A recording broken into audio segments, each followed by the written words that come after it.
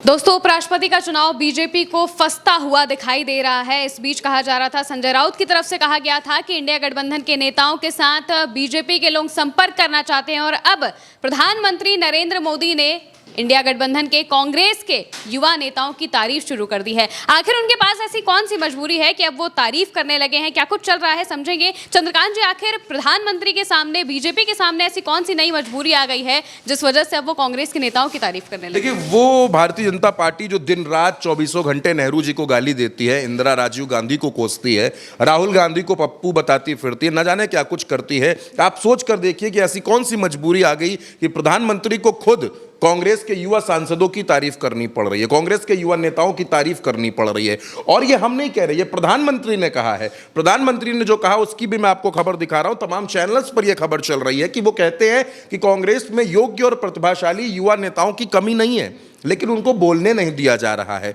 क्यों? क्योंकि राहुल गांधी को उनसे डर लगता है, इसलिए राहुल गांधी उनको आगे नहीं आने देती। ये बड़ी बचकानी सी बात है और बड़ी हास्यास्पद सी बात है कि कांग्रेस में युवा नेताओं को बोलने का मौका नहीं दिया जाता। मुझे बस थोड़ा सा वक्त दीजिए, मैं आपको एक एक नाम गिनाता हूं, एक एक नाम के साथ मैं आपके साथ बात करूंगा। आज जो भारतीय जनता पार्टी के पाले में बैठे हुए नेता हैं उनकी भी बात करूंगा। ज्योतिरादित्य सिंधिया कांग्रेस के नेता थे, कांग्रेस ने मिनिस्टर बनाया, कांग्रेस ने उनको पहचान दी, कांग्रेस ने उनका चेहरा बड़ा किया। आज वो भारतीय जनता पार्टी में जाकर बैठे हैं। बिल्कुल ठीक बात है, कांग्रेस के जो योग्य प्रतिभाशाली नेता थे वो तो कांग्रेस के पाले में चले गए। जितिन प्रसाद कांग्रेस की सरकार में, यूपीए की सरकार में मंत्री हुआ करते थे, केंद्र में बड़े नेता थे कांग्रेस के, भारतीय जनता पार्टी में चले गए। आरपीएन सिंह उत्तर प्रदेश के नेता हुआ करते थे, कांग्रेस के नेता हुआ करते थे, भारतीय जनता पार्टी के पाले में चले गए।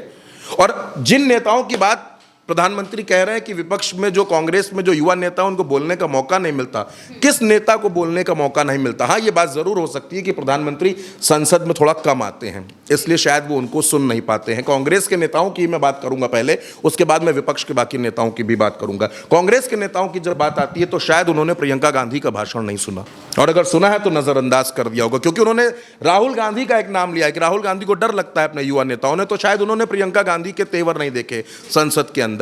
या फिर हो सकता है उन्होंने राज्यसभा के अंदर दहाड़ते हुए इमरान प्रतापगढ़ी को नहीं सुना है, किस अंदाज में इमरान प्रतापगढ़ी बोलते हैं। या फिर ऐसा भी हो सकता है उन्होंने गौरव गोगोई को नहीं सुना है, दीपेंद्र हुड्डा को उन्होंने नहीं सुना है, प्रणीति शिंदे को उन्होंने नहीं सुना है, या कांग्रेस की रंजीत रंजन को उन्होंने नहीं सुना है। ये वो तमाम युवा चेहरे हैं जो कांग्रेस में अपनी बात रखते हैं, बेबाकी के साथ रखते हैं, और जब वो बोलना शुरू करते हैं तो भारतीय जनता पार्टी के पास जवाब नहीं बचता है। विपक्ष में बोलने वाले नेताओं की कोई कमी नहीं है, विपक्ष में नेताओं की एक लंबी फौज है जो बोलती है, और जब वो बोलना शुरू करती है तो धागे खोल कर रख देती है। और हो सकता है कि जब सदन में बिल पेश हो रहे थे, 130वां संशोधन बिल पेश हो रहा था, तब उन्होंने केसी वेणुगोपाल को नहीं सुना। जब केसी वेणुगोपाल ने सुना तो उनका जवाब खुद गृह मंत्री को खड़े होकर के देना पड़ा। आखिर कौन से नेताओं को वो सुन रहे हैं जिनको बोलने का मौका नहीं मिल रहा है? ये तो तमाम युवा नेता हैं जो जब अपनी बात रखते हैं तो बेबाकी से बात रखते हैं। अच्छा, ये तो मान लीजिए कांग्रेस के नेताओं की बात हो गई, मैं विपक्ष के नेताओं की भी बात कर लेता हूं। क्या महुआ मोइत्रा जो टीएमसी की सांसद है उनको नहीं सुना? क्या सयोनी घोष जो टीएमसी की सांसद हैं उनको नहीं सुना? या समाजवादी पार्टी में आपने अखिलेश यादव के तेवर नहीं देखे? या समाजवादी पार्टी में आपने धर्मेंद्र यादव के तेवर नहीं देखे? आरजेडी के मनोज झा को नहीं सुना है? किन किन नेताओं को मैं आपको नाम बताऊं? विपक्ष में सांसदों की एक फहरिस्त है जो एनडीए की सरकार से, भारतीय जनता पार्टी की सरकार से आंख में आंख डालकर सवाल पूछती है, और प्रधानमंत्री ये कहते हैं कि कांग्रेस अपने युवा नेताओं को बोलने का मौका नहीं देती है। क्या गौरव गोगोई को बोलने का मौका नहीं मिलता? क्या इमरान प्रतापगढ़ी को बोलने का मौका नहीं मिलता? क्या प्रणीति शिंदे को बोलने का मौका नहीं मिलता? तो ये एक सिर्फ छटपटाहट है, और ये क्यों कहा जा रहा है, क्यों किया जा रहा है युवा सांसदों के बारे में? संजय राउत का ये दावा देख लीजिए। संजय राउत ये कह रहे हैं कि एनडीए को पता चल गया है, भारतीय जनता पार्टी को पता चल गया है कि क्रॉस वोटिंग की संभावना है। तेजस्वी यादव भी कह रहे हैं कि भैया, नायडू जी और नीतीश जी को नाप में रखने के लिए ये बिल लेकर लाने की कोशिश की गई है, तो पूरी कोशिश ये है कि उपराष्ट्रपति के चुनाव में जो गेम फंसता हुआ नजर आ रहा है। अच्छा, एक खबर मैं आपको और बता देता हूं जो अभी अभी की खबर है। आपको याद होगा एकनाथ शिंदे कैबिनेट मीटिंग में नहीं गए थे, महाराष्ट्र में कैबिनेट की मीटिंग थी। महाराष्ट्र में आज के क्या हालात हैं, मुंबई के क्या हालात हैं, किस तरीके से मुंबई डूबी पड़ी है, उस पर एक मीटिंग बुला ली गई। मुख्यमंत्री ने मीटिंग बुलाई फडणवीस में कि हम इस पर एक हाई लेवल मीटिंग करेंगे और हम ये हल निकालने की कोशिश करेंगे कि ये दिक्कत कैसे दूर की जाए।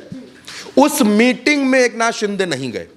दूरी बना ली उन्होंने उस मीटिंग से। अब आप कहिए कि शिंदे साहब नाराज नहीं हैं, अगर नाराज नहीं तो बार बार भागकर दिल्ली क्यों आते हैं? असल में पूरी लड़ाई, पूरी झगड़ा जो है वो अपने घर में मचा पड़ा है, और ऐसे में प्रधानमंत्री तारीफ किसकी कर रहे हैं? कांग्रेस के नेताओं की। और अगर झगड़ा नहीं है, अगर कोई टेंशन नहीं है, अगर सब कुछ ठीक है, अगर आप उपराष्ट्रपति के चुनाव को लेकर पूरी तरीके से आपको भरोसा है कि आप जीत रहे, तो फिर वो जो नामांकन के समय प्रधानमंत्री ने कहा वो क्यों कहना पड़ा उनको? वो भी आप सुन लीजिए उन्होंने क्या कहा।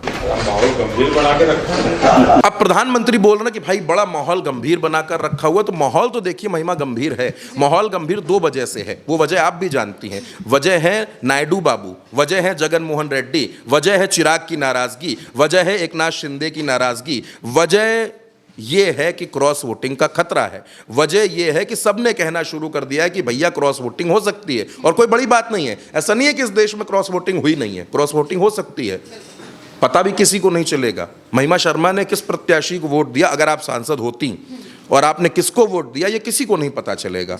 आपके ऊपर कोई व्हिप भी जारी नहीं है। मतलब आप ये सोचिए कि अगर आप उस दिन इस वोटिंग से दूरी बना लें तो भी आपके ऊपर कोई व्हिप जारी नहीं है। तो ये बड़ा इंटरेस्टिंग चुनाव है, और मैं तो बहुत धन्यवाद दूंगा सुदर्शन रेड्डी को, जिन्होंने एक अच्छा बयान इस चुनाव के बीच में दिया। इंडिया गठबंधन के वो प्रत्याशी हैं, और उन्होंने कहा कि देखिए ये पॉलिटिकल पार्टी का इलेक्शन नहीं है, ये पॉलिटिकल पार्टी का इलेक्शन नहीं है, ये उपराष्ट्रपति का चुनाव है, और इसमें उपराष्ट्रपति चुनाव जाना है, इसमें किसी पार्टी की जीत हार से कोई लेना देना नहीं। पहली बात। दूसरी बात, सोशल मीडिया पर तमाम लोग रहते हैं, सोशल मीडिया को सुनते हैं, देखते हैं। देश के पूर्व मुख्य चुनाव आयुक्त टीएन शेषन साहब, जिनकी आप उनके बारे में जितना पढ़ेंगे उतना कम है, उन्होंने भारत में चुनाव सुधार के लिए बहुत से काम किए। उनका एक पुराना इंटरव्यू सामने आया, उसमें उन्होंने एक शब्द का इस्तेमाल किया। उन्होंने कहा कि मैं भारत सरकार का मुख्य चुनाव आयुक्त नहीं हूं, मैं भारत का मुख्य चुनाव आयुक्त हूं, मेरी जिम्मेदारी भारत में चुनाव कराने की है। ये एक बहुत बड़ी बात है जो उन्होंने सामने आकर के कही है।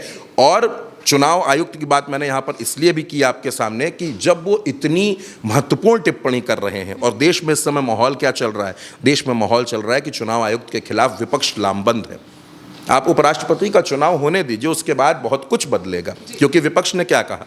विपक्ष ने कहा कि हम महाभियोग लाने की भी तैयारी कर रहे हैं, उसके लिए भी लामबंद हो रहे हैं। लेकिन क्योंकि ये उपराष्ट्रपति का चुनाव है, क्योंकि सीटों की, नंबर्स की जो आंकड़ेबाजी है वो उलझी हुई है, और ऐसे में प्रधानमंत्री का कांग्रेस के युवा नेताओं की तारीफ करना क्या संदेश देता है, ये कोई भी समझदार इंसान समझ सकता है। बिल्कुल, यानी कि एनडीए में एक तरफ जहां नाराजगी का दौर चल रहा है, वहीं दूसरी तरफ प्रधानमंत्री नरेंद्र मोदी कांग्रेस के नेताओं की, सांसदों की तारीफ करने लगे हैं, युवा सांसदों की तारीफ करने लगे हैं। जाहिर है कि अब उनके मन में भी इस बात का डर सता रहा है कि क्रॉस वोटिंग में कहीं उनकी हार ना हो जाए। अब देखना होगा उपराष्ट्रपति के चुनाव में आखिर होता क्या है। फिलहाल के लिए मेरे साथ इतना ही। आप देखते रहिए उल्टा चश्मा यूसी।